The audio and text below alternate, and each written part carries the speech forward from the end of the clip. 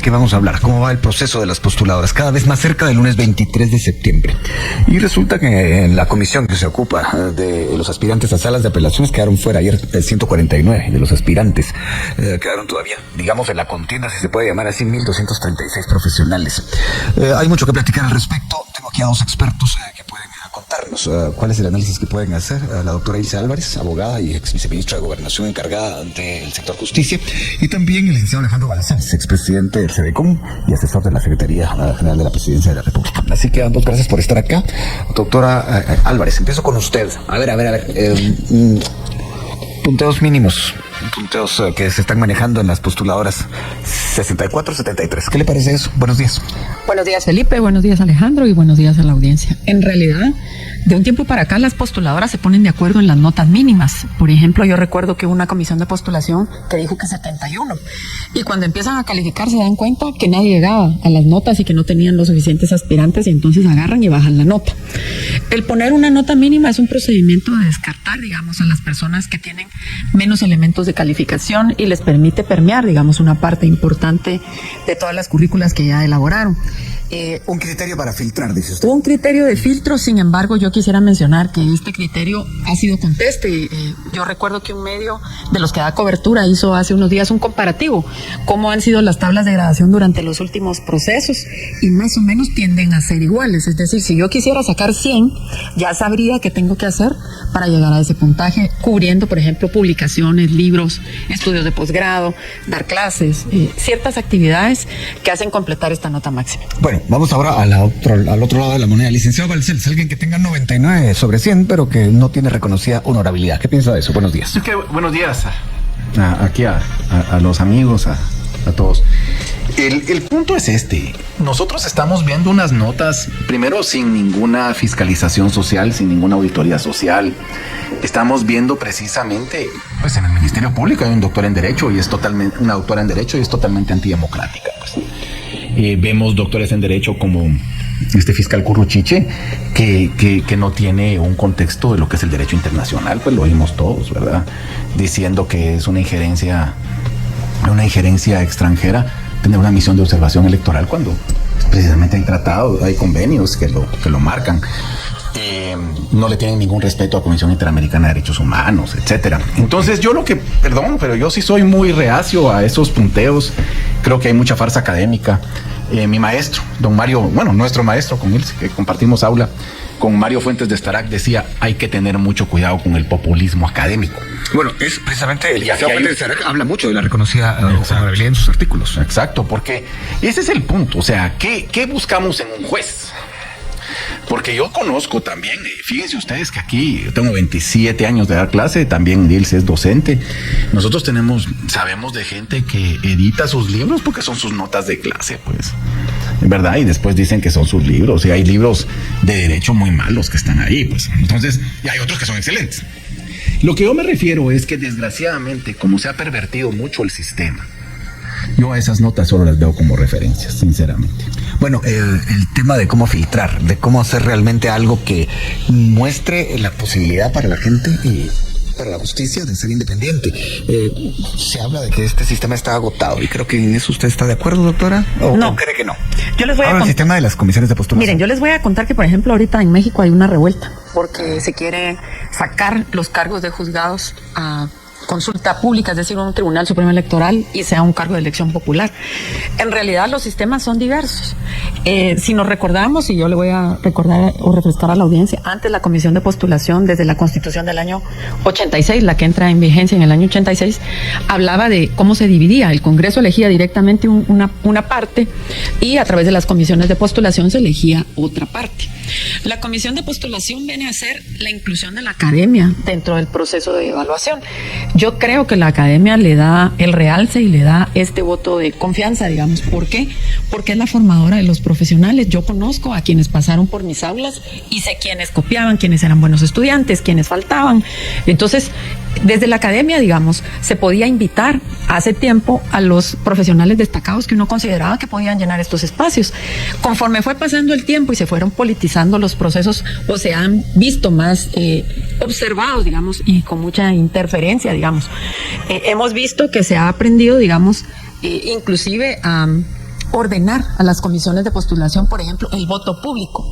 Yo recuerdo hace unos años haber hablado con algunos de los decanos y me decían que el voto público era bueno, pero que a la vez era peligroso, porque, por ejemplo, si yo sabía algo, no podía públicamente decirlo porque no lo podía probar, aunque fuera un hecho de mi Es decir, conocimiento. si era copión o no llegaba a las aulas. O cualquier cosa negativa sobre una persona. Por ejemplo, a veces uno por razón de la profesión conoce algún trámite penal contra un colega, algún trámite X que hay contra la probable honorabilidad de un colega, y uno no puede ahorita en este momento de manera pública ventilarlo. Es decir, entonces ahora la Corte de Constitucionalidad obligó a que de viva voz cada uno de los comisionados externe por qué sí o por qué no va a votar por una persona si considera que llena el requisito de capacidad, honorabilidad y honradez que dice la Constitución.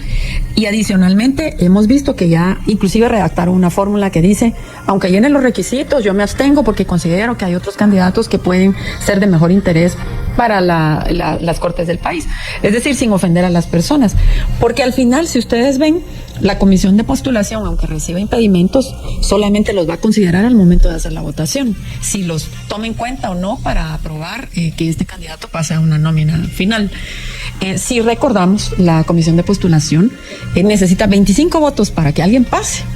Y lógicamente con 14 votos uno va a bloquear. Significa que la academia, si se pone de acuerdo, puede bloquear el paso de cualquier persona.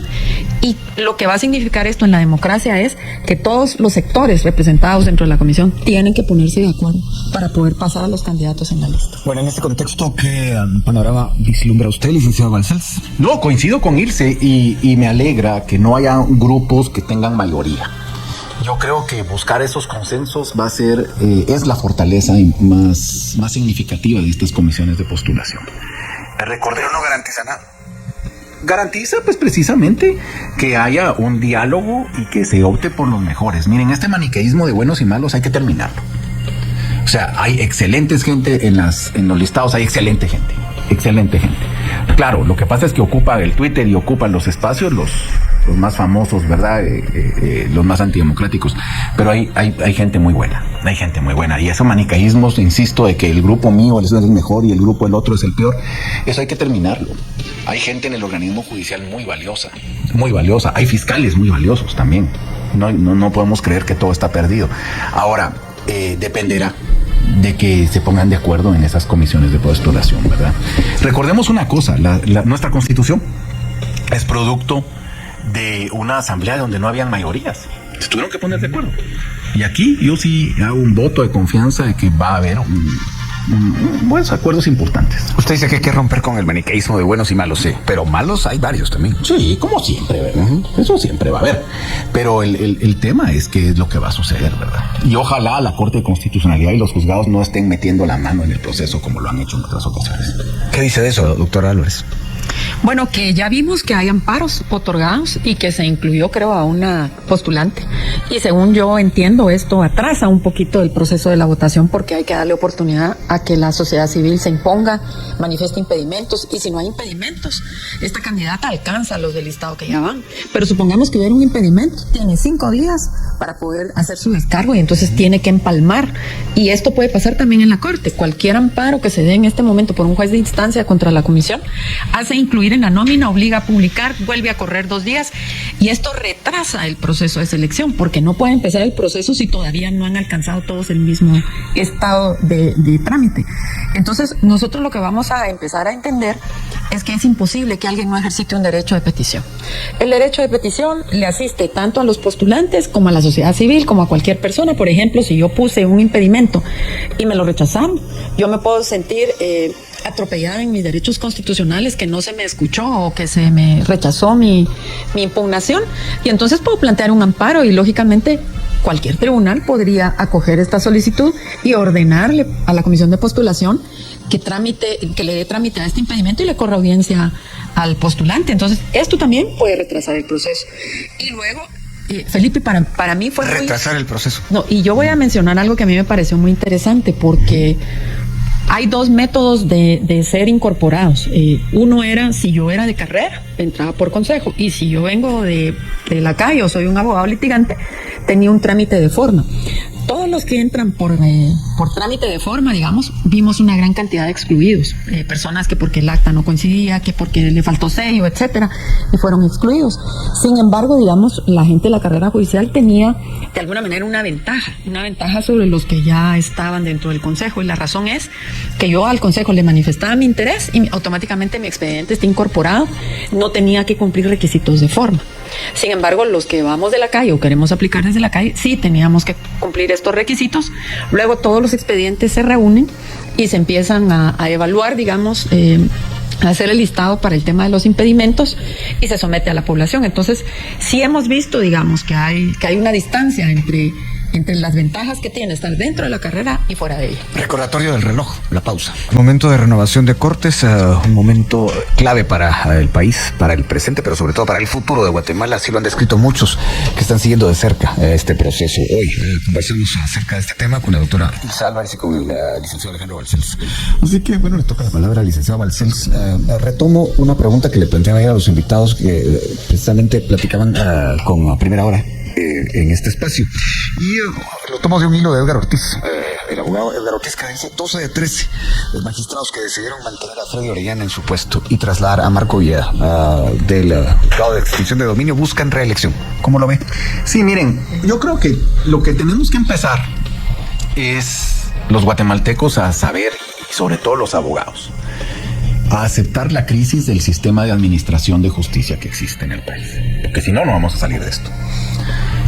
Cuando dice aceptar, ¿a qué se refiere? Es que hay gente que niega que haya una administración de justicia en crisis. Yo conozco. El punto fundamental acá estriba en que la justicia guatemalteca no genera confianza, la justicia guatemalteca no es eficiente y además la justicia guatemalteca se está utilizando para acciones de represión. Nosotros tuvimos gobierno autoritario, eso lo tenemos que tener claro. Aquí hasta hubo intento de fraude electoral, ¿verdad? Se querían votar la elección y todo por medio de jueces. De hecho, el partido de gobierno está suspendido por una orden ilegal de un juez. Entonces, el punto fundamental acá está en que existe un deseo por permanecer, por mantener ese régimen donde el sistema judicial sea el que oprime, el que reprime. Yo ponía el ejemplo en una entrevista hace poco. Por ejemplo, ahorita que cancelaron la nacionalidad a 137 nicaragüenses que vinieron a Guatemala, ¿no? ¿Quién se las cancela? La Corte Suprema. Claro, nosotros decimos Ortega, etcétera, etcétera, pero la instrumentalización es por medio de las Cortes y de los juzgados. La Corte Suprema nicaragüense es la que canceló la personalidad. Eso es lo que estábamos viviendo acá. Nosotros tuvimos una concentración de poder perversa en una Corte Suprema de 9 años y pico. Esa Corte Suprema, que al principio aplaudía a la CICIG y después se volteó contra la CICIG, y que después solo se dedicaba a avalar todos los abusos del régimen de Yamatei, eso fue perverso para el sistema, porque generó una concentración de poder enorme, donde no hay realmente correctivos administrativos en el organismo judicial. Un juez como Freddy Orellana, por ejemplo, independientemente de cualquier cosa, no podría estar a cargo de un juzgado cuando él se ha visto las cosas que ha hecho, pues. Pero el sistema en sí, las salas de apelaciones, la Corte de Constitucionalidad lo avala, etcétera, vemos que el sistema judicial es el que está realmente en crisis. Y eso es lo que tenemos que entender. Y eso es lo que tenemos que esperar de una Corte Suprema nueva. Porque desgraciadamente en Guatemala la Corte Suprema tiene funciones administrativas muy grandes. Bueno, hablando del programa de ayer, el licenciado Luis Miguel Reyes mencionaba que una de las aspiraciones era salir de una Corte golpista, que no tuviéramos una Corte Suprema que tuviera esa orientación. ¿Cómo ve eso, doctor Álvarez? Felipe, fíjese que actualmente estamos en una corte de transición. En realidad es como muy arriesgado hacer ese comentario, porque si ustedes se recuerdan, la Corte de Constitucionalidad hace un año desentrampó, digamos, el amparo que impedía la votación en el Congreso y obligó, digamos, a que se eligiera una corte para finalizar el periodo constitucional por 10 meses. La idea era regenerar o reoxigenar la Corte Suprema de Justicia. Entonces, tendríamos realmente que hacer un estudio más profundo, político, sociológico y legal, para lograr entender el fenómeno del que estamos hablando. Porque si la Corte anterior y la Corte actual coinciden, tenemos que empezar a entender dónde está el punto de inflexión y cuál es el problema. Porque en realidad la Corte actual es una Corte que viene a completar un periodo, no es la Corte anterior de la cual estaríamos hablando algo. Entonces, sí tenemos que entender, yo siempre creí, digamos, que con la entrada de este nuevo gobierno íbamos a entrar en un parteaguas donde ya no iba a haber ese estado de ni los chairos ni los corruptos, sino iba a haber un espacio, digamos, donde hubiera una mediación. La sociedad guatemalteca sí necesita de alguna manera armonía y paz, necesita condiciones para desarrollarse. Y en realidad, digamos, la justicia es una parte fundamental, es, digamos, donde yo voy a exigir mis derechos. El ciudadano de a pie va a ir al juzgado de familia, va a ir al juzgado civil, va a ir al juzgado laboral. Pues a mí me gusta dedicarme al rama penal, pues ahí es un tema donde el ejercicio del poder se siente realmente duro. ¿Y a qué atribuye que no se haya superado esa polarización de la que usted habla? O por lo menos se haya mitigado. Fíjese que yo creo que ninguno de los sectores, este es un péndulo muy radical. Hubo una época pro-CICIG, anti-CICIG y todavía estamos en ese empalme. Yo sí creo que va a tardar un tiempo. Sin embargo, lo ideal sería que aquí pudiéramos trabajar en una sociedad armoniosa, porque el problema es que aquí el presidente es presidente de todos, de los chairos y de los corruptos. Y le tiene que satisfacer todas las necesidades del bien común a todos, a los que le caen bien, a los que le caen mal, a los que votaron por él y a la oposición. Y entonces nosotros tenemos que entender que en este país tenemos que caber todos. Aquí no es un país solo donde los bonitos caen y los feos no podemos tener un espacio. Aquí debe haber una oportunidad para todos. Para los ricos, para los pobres, para los bonitos, para los feos, para los chairos, para los corruptos. Este es un país donde tenemos que estar todos tenemos que coincidir. Y el fin supremo del Estado es la realización del bien común en manos del presidente. En realidad a mí siempre me gusta mucho mencionar que en la Carta de las Naciones Unidas, uno de los primeros instrumentos internacionales, se hablaba que el fin supremo de los estados debía ser el logro de la felicidad del ser humano. Y en realidad, si nosotros lo pensamos frente al proceso de la muerte, la felicidad y la trascendencia es lo más importante. El hombre en este país vive un primer estado de necesidad. Primero, el estado del hambre, digamos, donde siente la necesidad de supervivencia. Y cuando supera esta, empieza a los fines del pensamiento, la salud, la seguridad, la trascendencia. Entonces, el hombre en este país tiene que tener acceso a salud, seguridad, educación, que se brinda a través del Ejecutivo con las leyes que le permite hacer el Legislativo y el apoyo del Judicial cuando le toca hacer alguna norma legal. Pero en realidad todos vivimos aquí. Entonces, en realidad no nos pensamos ir, pensamos seguir viviendo aquí. Entonces tenemos que aprender a coexistir, a llevarnos bien y a poder funcionar como sociedad. La doctora Álvarez esperaba que con este gobierno se bajara un poco la tensión que se estaba viviendo en los últimos 6 meses del año pasado. ¿Qué opina de eso, licenciado Balcells? Es que miren, por eso insistía, nosotros venimos de una experiencia autoritaria. El gobierno de Yamatei fue un gobierno autoritario de cooptación institucional. Entonces la medicina para terminar la polarización es el pluralismo político. Y eso no es un invento guatemalteco, pues eso así funciona. Entonces, si no hay un pluralismo político, la polarización sigue. Nosotros somos un ejemplo muy claro de eso. Tuvimos una guerra de 30 y pico de años por la exclusión política. Y el punto del mío es que el sistema judicial no se está utilizando de la forma en que tiene que utilizarse, sino que el sistema judicial todavía es un sistema represor. Ahí tenemos nosotros el periódico cerrado de una forma arbitraria y, claro, utilizando casos como pretextos, ¿verdad? La propia Corte Interamericana de Derechos Humanos, la propia Comisión Interamericana de Derechos Humanos, y el propio comisionado, el alto comisionado de los Derechos Humanos de Naciones Unidas han dicho que aquí en Guatemala existe un uso indebido del proceso penal, del derecho penal. Y ese es un aspecto fundamental. Y eso lo tenemos que entender nosotros. Por eso insisto, estamos de acuerdo en que el Estado de Guatemala debe girar en función del respeto a los derechos fundamentales. Pero el problema es que la experiencia autoritaria que nosotros tenemos y la cooptación que existió y que existe se niega a morir. Y eso hay que enfrentarlo. ¿Y cómo se enfrenta? Con herramientas democráticas. Así de fácil. Por eso es que, insisto, nosotros, la ciudadanía tiene que descansar en lo que decía Ilse, en que quepamos todos. Pero ¿qué quiere decir todos? Todo aquel pensamiento político democrático. Aquel que sea, obviamente, que mantenga un pensamiento político antidemocrático y que quiera. ¿A qué le llama usted un pensamiento político antidemocrático? Pues los golpistas, por ejemplo. Los golpistas, los que quieren suspender partidos políticos que no les gustan, etcétera, etcétera. Eso no es viable con la democracia. Hay mucho escrito sobre eso, pues, y en Guatemala me animaría a decir que quien más escribió sobre eso fue Jorge Mario García Laguardia. Entonces, si nosotros tenemos que abrir las puertas para el pluralismo político, no hay que temerle al pluralismo político. Si de hecho aquí se firmó la paz para que por medio del pluralismo político se construyera la democracia. Y la democracia, lo que sucede es que estamos allá casi 40 años de la Constitución y hubo un retroceso. Y este retroceso fue, desgraciadamente, dentro del sistema judicial. Por eso es que esta elección de Cortes es tan importante. Y termino con una reflexión, que ya él se lo mencionaba también. México tiene una reforma constitucional que ya fue aprobada. Pues no me gusta para nada, pero ese es el problema de los mexicanos.